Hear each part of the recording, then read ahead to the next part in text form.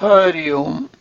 हम लोग श्री रामचरितमानस में, जो कि जिसे हम तुलसी की रामायण के नाम से भी जानते हैं, उसमें बाल कांड के बारे में चर्चा कर रहे हैं। और चर्चा का मुख्य उद्देश्य अभी तक ये रहा है कि जिन लोगों को या तो समय नहीं मिलता या किसी कारणवश ऐसा हो पाया कि उन्होंने भगवान राम की अम, कथा अवधि में कहीं सुनी तो है अखंड रामायण, या कहीं किसी कारणों से, लेकिन पूरी कहानी ठीक से विवरण में नहीं पता है, तो उनके लिए एक सामान्य चर्चा सी है कि भाई कहानी में, कि इस कथा में, रामायण रामचरितमानस में तुलसीदास जी ने क्या लिखा है।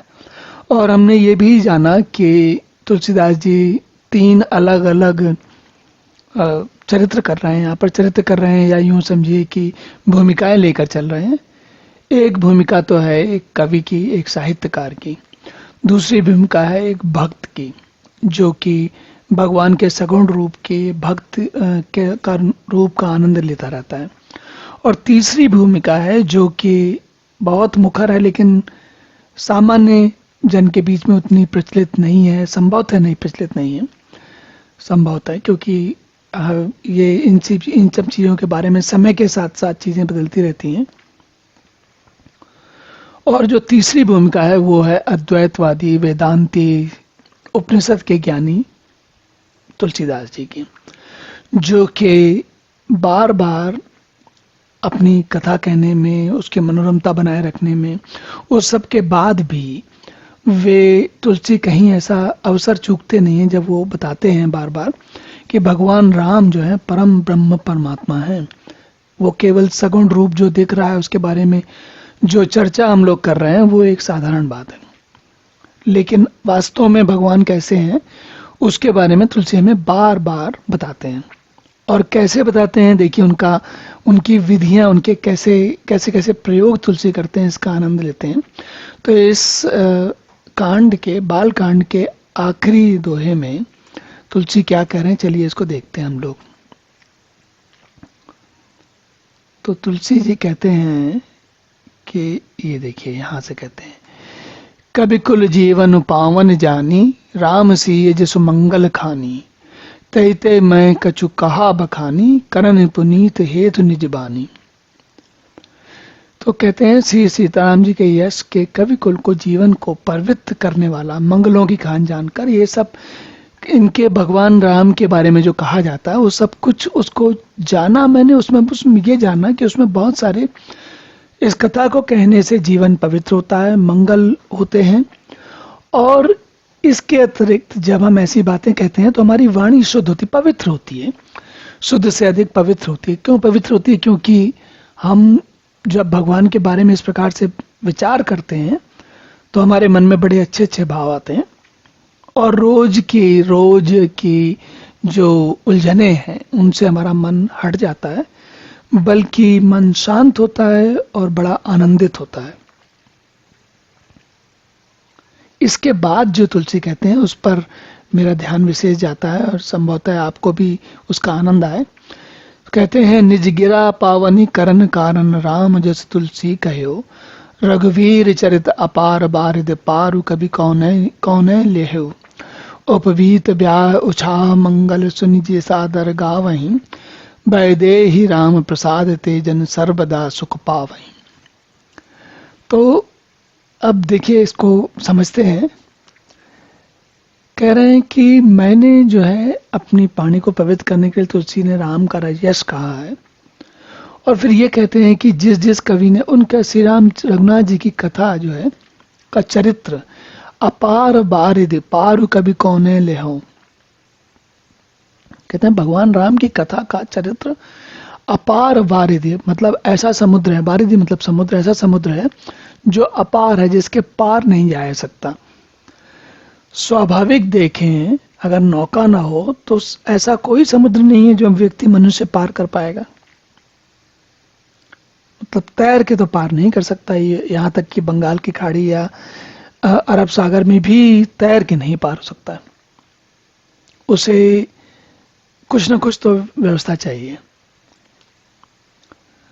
अब इसलिए तुलसी कह रहे हैं कि किस कौन ऐसा उपबीत ब्याह उछाह मंगल सुनि से चादर गावहीं। उसके पहले कहते हैं कभी कौने लह्यो, ऐसा कौन सा कवि है जो ये सब कह पाएगा। कौन क्या कह पाएगा? भगवान राम के चरित्र के बारे में कह पाए ऐसा कौन सा कवि है जो ऐसा समुद्र, भगवान राम का चरित्र का समुद्र पार कर सकता है। देखने में बड़ी साधारण सी बात लगती है कि हाँ, ऐसा बहुत बार कहा जाता है, लेकिन फिर मन में ये भी प्रश्न उठता है कि भगवान राम के बारे में अभी तक तुलसी कर क्या रहे थे? बार बार उनका चरित्र तो कह रहे हैं, और जब बार बार कह रहे हैं और नाना प्रकार से कह रहे हैं, तो फिर ये क्यों कहते हैं बार बार कि भाई मैं कह नहीं पाऊंगा या कोई कवि नहीं कह पाएगा, और ये क्या बात हुई? बार बार ऐसा क्यों कहते हैं तुलसीदास जी कि कोई कवि नहीं कह सकता? भाई कह रहे हो, जब कह रहे हो आप, तो फिर ये क्यों कहते हो बार बार कि कह नहीं सकता? कहे तो जब कह रहे हो उसका मतलब कह सकता है, तभी तो कह रहे हो। अब इसका उत्तर जो है साधारण, है हमारे सामने, लेकिन कभी कभी हमारा ध्यान नहीं जाता। तो भगवान राम जो कि सगुण रूप में हैं, जिनकी कथा हम लोग सुन रहे हैं, उनके बारे में तो कहा जा सकता है, मनुष्य रूप के बारे में, मनुष्य रूप में जो उन्होंने कुछ किया उसके बारे में तो कहा जा सकता है, और कह रहे हैं, तुलसी भी कह रहे हैं और भी लोगों ने कहा है। लेकिन जो भगवान राम जो परब्रह्म है, उनके बारे में नहीं कहा जा सकता। नहीं कहा जा सकता का क्या अर्थ है? क्या किसी ने रोका हुआ है? कोई कह नहीं सकता, किसी ने मना किया हुआ है? जैसे अन्य धर्म में होता है कि भाई उनके भगवान के बारे में, या उनके जो भी गॉड हैं या अल्लाह हैं, जो भी हैं, उनके जो जिसके भी हैं, उनके बारे में वो बड़ी सीमित आज्ञा देते हैं कि आप क्या कह सकते हैं, क्या नहीं कह सकते हैं। क्या ये वही बात है? क्या हम भी भगवान राम के बारे में कह रहे हैं कहा नहीं हो सकता? इसका क्या अर्थ है? मतलब कोई प्रतिबंध तो है नहीं, कोई बंधन तो है नहीं, क्यों नहीं कहा जा सकता? तो समझने की बात है, कोई बात कही क्यों जाती है? बात इसलिए कही जाती है क्योंकि किसी को दूसरे को सुनानी है।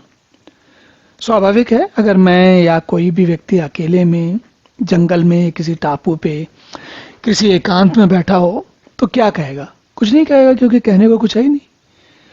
सोच सकता है, विचार कर सकता है, लेकिन कह नहीं सकता, क्योंकि कहने का कोई अर्थ नहीं है, क्योंकि सुनने वाला कोई नहीं है, क्योंकि वहां पर व्यक्ति अकेला है। तो तुलसी ये कह रहे हैं कि कहा नहीं जा सकता, मतलब कि कह कर किसी को कोई बात बताई जाती है। तो इसका क्या अर्थ हुआ? इसका अर्थ ये है कि तुलसी अन्य सभी लोगों की भांति, अन्य सभी संतों की भांति, महापुरुषों की भांति ये बात दोहरा रहे हैं कि भाई केवल कहने से, अगर कोई कह दे और दूसरा सुन ले तो काम नहीं चलता।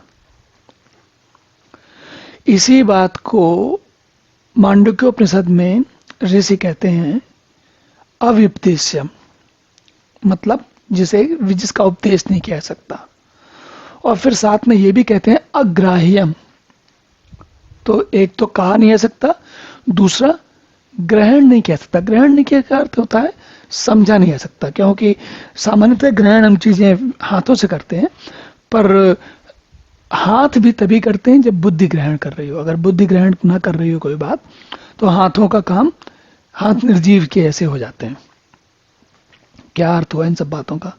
इन सब बातों का अर्थ केवल इतना है कि तुलसी हमें याद दिला रहे हैं कि जो भी व्यक्ति, अगर कोई ऐसा सोचता है कि किसी के कहे या किसी ने कहा और किसी ने सुन लिया तो उससे भगवान राम या परब्रह्म परमात्मा पूरे के पूरे समझ में आ जाएंगे, तो ये बात सही नहीं है। क्योंकि ये सारा का सारा मनन हमें अपने अंदर करना होता है, और भगवान वास्तव में क्या हैं, कैसे हैं, ये बात तो स्वयं समझनी होती है। और वो उस प्रक्रिया को कोई कह के आपको नहीं सुना सकता, केवल श्रवण मनन और निधिध्यासन से साधक वहां तक पहुंच सकता है। तो तो अब यहीं बात रोकते हैं और अगले सत्र में पुनः मिलेंगे, तब हम अगला अध्याय आरंभ करेंगे। हरि ओम।